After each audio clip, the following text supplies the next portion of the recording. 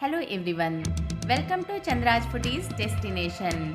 मैं हूं चंद्रप्रभा और आज मैं वेज सोया कीमा की रेसिपी लेकर के आई हूं। ये खाने में बहुत ही टेस्टी और बहुत ही हेल्दी होता है और बनाने में भी बहुत ही ज़्यादा आसान होता है। तो फिर चलिए बनाना शुरू करते हैं वेज सोया कीमा। इसके लिए मैंने यहाँ पर 1 कप सोया चंक्स लिए हैं। मैंने यहाँ पर छोटा वाला लिया है, आप चाहें तो बड़े वाले सोया चंक्स भी ले सकते हैं। अब मैंने इसे गर्म पानी में डिप कर दिया है और इसे 10 मिनट के लिए फूलने के लिए छोड़ दूंगी। तो 10 मिनट बाद ये बहुत ही अच्छे से फूल गए हैं। तो अब मैं इन्हें निचोड़ करके पानी से अलग कर लूँगी। आप चाहें तो इन्हें धुल भी सकते हैं, लेकिन इसे हमें बहुत ही अच्छे से निचोड़ना है जिससे कि इसमें थोड़ा सा भी पानी ना रहे। तो अब मैंने इसे बहुत ही अच्छे से निचोड़ करके मिक्सी ग्राइंडर जार में रख लिया है। अब मैं इसे ग्राइंड करूँगी। तो मैंने इसे ग्राइंड कर लिया है। इसे हमने कोर्सली ग्राइंड किया है। ये देखिए कुछ इस तरीके का। हमें इसका पेस्ट नहीं बनाना है। तो अब मैं इसे एक बोल में ट्रांसफ़र कर लेती हूँ। तो अब हम इसे साइड में रख देते हैं।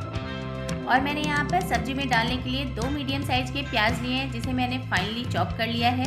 2 मीडियम साइज़ का टमाटर लिया है, 8 से 10 लहसुन की कलियाँ ली हैं और करीब 1.5 इंच अदरक का टुकड़ा लिया है और 2 हरी मिर्चें ली हैं। तो सबसे पहले हम टमाटर को रफली चॉप करेंगे और इसमें थोड़े से अदरक के टुकड़े को डालेंगे और लहसुन की कलियाँ डालेंगे और इसको पीस करके इसका एक फाइन पेस्ट बना लेंगे।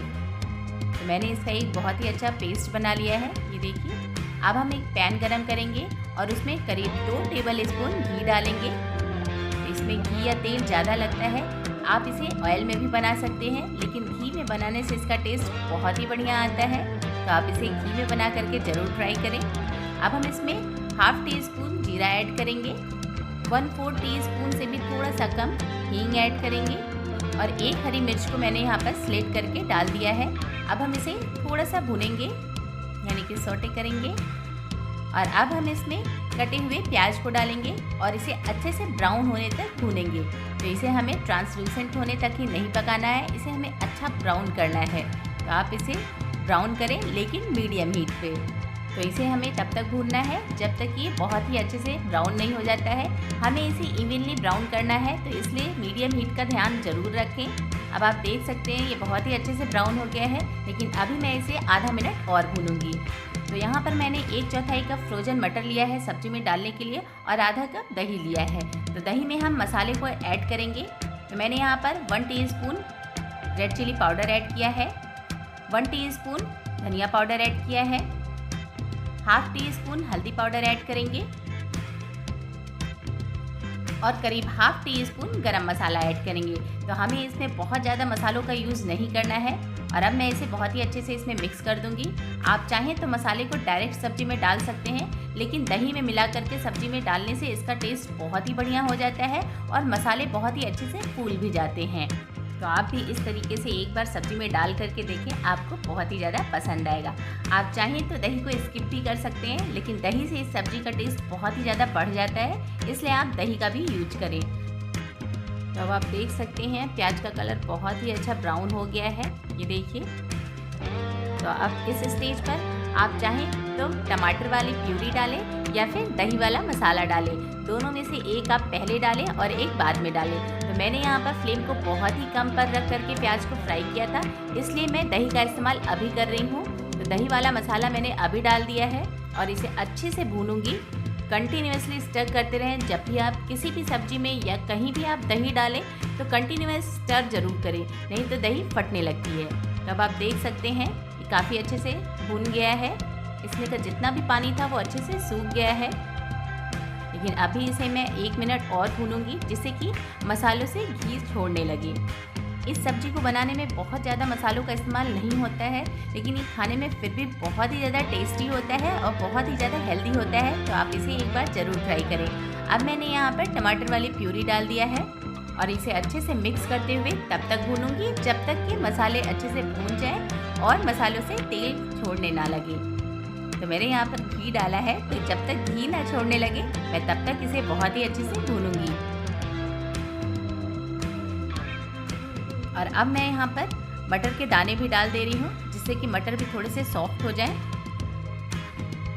हालांकि मैंने यहाँ पर फ्रोज़न मटर लिया था, इसलिए मैंने बहुत ज़्यादा पहले नहीं डाला है। और इसे कवर कर देती हूँ। और अब आप देख सकते हैं मसाले का कलर चेंज होने लगा है, बहुत ही अच्छे से ये भून रहा है। अगर आप फ्रेश मटर का यूज कर रहे हैं तो आप मटर को और भी पहले डालें, जिससे कि मटर बहुत ही अच्छे से पक जाए। नहीं तो आप मटर को थोड़ा सा बॉयल करके डालें। तो मैंने इसे एक बार और ढक दिया है। और अब आप देख सकते हैं मसाला बहुत ही अच्छे से भून गया है, मसालों से घी छोड़ने लगा है। ये देखिए, इसकी खुशबू भी बहुत ही अच्छी आ रही है, क्योंकि दही के साथ मसाले जब भूनते हैं तो उसकी खुशबू और उसका टेस्ट बहुत ही ज़्यादा बढ़ जाता है। अब मैंने यहाँ पर सोया चंक्स डाले हैं, जिसे हमने पहले ही ग्राइंड कर लिया था, और इसे अच्छे से मिक्स कर देंगे।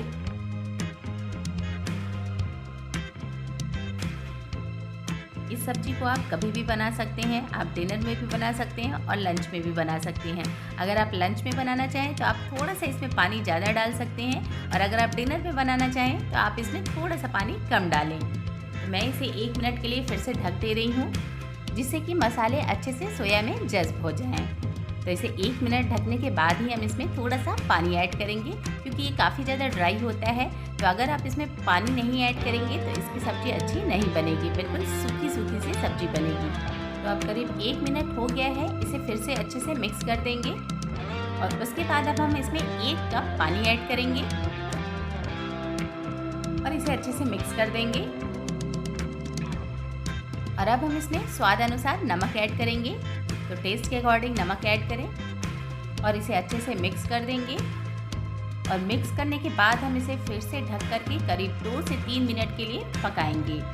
तो मैंने इसे बहुत ही अच्छे से मिक्स कर दिया है, और अब मैं इसे ढक करके करीब 3 मिनट के लिए पकाऊंगी।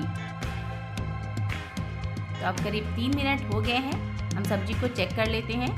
और अब आप देख सकते हैं पानी अच्छे से एब्जॉर्ब हो गया है, बहुत ही थोड़ा सा पानी इसमें अभी दिख रहा है। तो इसे हम खुला करीब 1 से 2 मिनट तक और पका लेंगे, जिससे कि इसका पानी अच्छे से सूख जाएगा और सब्जी बहुत ही टेस्टी बनकर के तैयार हो जाएगी। तो अब हम इसमें थोड़ी सी कसूरी मेथी ऐड करेंगे, इसे हाथों से क्रश करके ऐड करें और इसे भी अच्छे से मिक्स कर देंगे। आप चाहें तो कसूरी मेथी को स्किप भी कर सकते हैं। ये सब्ज़ी खाने में बहुत ही ज़्यादा टेस्टी होती है और इसमें बहुत ही कम मसालों का इस्तेमाल होता है, फिर भी ये खाने में बहुत ही ज़्यादा टेस्टी और बहुत ही ज़्यादा हेल्दी होता है। तो आप एक बार इसे ज़रूर ट्राई करें, यकीन मानिए आपको भी बहुत पसंद आएगी। बहुत ही अच्छी सब्ज़ी बनकर के तैयार हो गई है। तो अब मैं इसे 1 मिनट के लिए ढक करके इसी तरीके से छोड़ दूँगी। फ्लेम को हम ऑफ कर देंगे, जिससे कि कसूरी मेथी का भी फ्लेवर पूरी सब्ज़ी में अच्छे से एब्जॉर्ब हो जाए। अब 1 मिनट हो गया है, तो अब हम इसे किसी सर्विंग बोल में निकाल लेंगे। आप देख सकते हैं इसका टेक्सचर, बहुत ही टेस्टी सब्जी बनकर के तैयार है। तो अब हम इसमें थोड़े से कटे हुए धनिया की पत्ती को भी इसमें ऐड करेंगे। और ये लीजिए, वेज सोया कीमा बनकर के तैयार है। लेकिन अभी इसे हम फाइनल टच देंगे इसमें एक और तड़का लगा करके। तो अब मैं इसे तड़का दूंगी। तो मैंने यहाँ पर एक तड़का पैन को गरम कर लिया है, और अब मैं इसमें करीब 1 टेबल स्पून घी ऐड करूँगी। इस सब्जी में आप घी ज़रूर डालें। अगर आपको ये तड़का ना डालना हो तो ना डालें, लेकिन आप सब्जी को सर्व करने के पहले इसमें घी ज़रूर डालें, जिससे इसका फ्लेवर बहुत ही ज़्यादा बढ़ जाएगा। अब मैंने यहाँ पर अदरक के जूलियंस काट करके डाले हैं। जो अदरक हमने थोड़ा सा छोड़ रखा था, उसके मैंने जूलियंस काटे हैं और इसमें डाल दिया है। इसे हमें बहुत ज़्यादा कुक नहीं करना है, बस थोड़ा सा इसे हमें कुक करना है, जिससे कि इसका कच्चा फ्लेवर निकल जाए। और मैंने एक हरी मिर्च को भी छोड़ रखा था, इसे भी मैंने स्लिट करके फिर से इसमें डाल दिया है और इसे 1 मिनट तक बस भूनेंगे। और फ्लेम को ऑफ करने के बाद हम इसमें 1 tablespoon Kashmiri red chilli powder add करेंगे। फ्लेम को ऑफ करने के बाद ही आप रेड चिली पाउडर ऐड करें, नहीं तो ये जल जाएगा। और ये लीजिए, बहुत बढ़िया तड़का बनकर के तैयार है। इसे हम सब्जी में डालेंगे और सर्व करने के लिए वेज सोया कीमा बनकर के तैयार है। बहुत ही टेस्टी सब्जी बनकर के तैयार है। आप देख सकते हैं इसका कलर, इसका टेक्सचर बहुत ही डिलीशियस, खाने में भी ये बहुत ही ज़्यादा टेस्टी होगा, यकीन मानिए। तो एक बार आप इसे ज़रूर ट्राई करें और मुझे कमेंट करके बताएं कि आपको मेरी ये रेसिपी कैसी लगी। और अगर रेसिपी पसंद आई हो तो इसे लाइक करना ना भूलें, इसे शेयर करना ना भूलें और चैनल को सब्सक्राइब करना ना भूलें। और बेल आइकन को प्रेस करना बिल्कुल मत भूलिएगा, जिससे मेरी आने वाली नई वीडियोस की नोटिफिकेशन सबसे पहले आपके पास पहुंचे। तो फिर बने रहिए मेरे साथ मेरे चैनल पे ऐसी ही सिंपल, टेस्टी और डिलीशियस रेसिपीज़ देखने के लिए। मिलती हूँ अगली वीडियो में, तब तक के लिए थैंक्स फॉर वॉचिंग।